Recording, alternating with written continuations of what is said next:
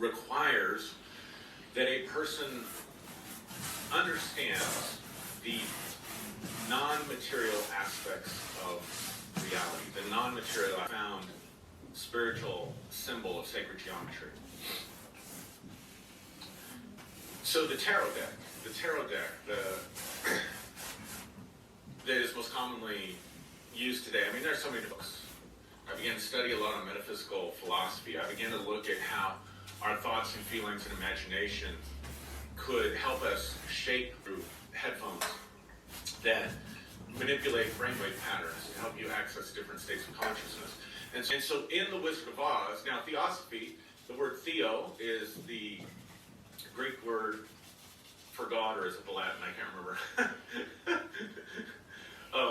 And then Sophie, or Sophia, is wisdom. So it's the divine wisdom. So theosophy is the divine wisdom.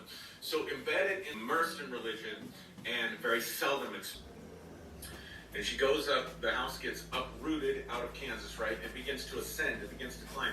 It begins to go over the rainbow into the land of Oz. Listen. She's caught up in a tornado, right?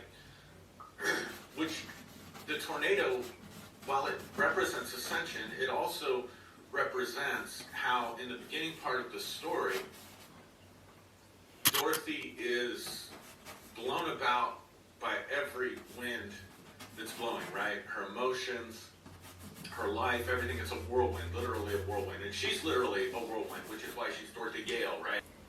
There's no spiritual tradition or pathway or understanding of meaning about God and about life and about these things that I can access of seeing, hearing, feeling, tasting, and smelling. I have internal senses.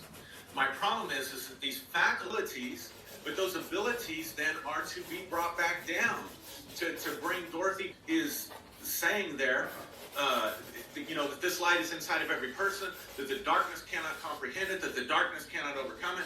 And then it says the Word, the Logos, became flesh and dwelt among us. And the word among there in Greek is a Greek word that most of the time is translated as in.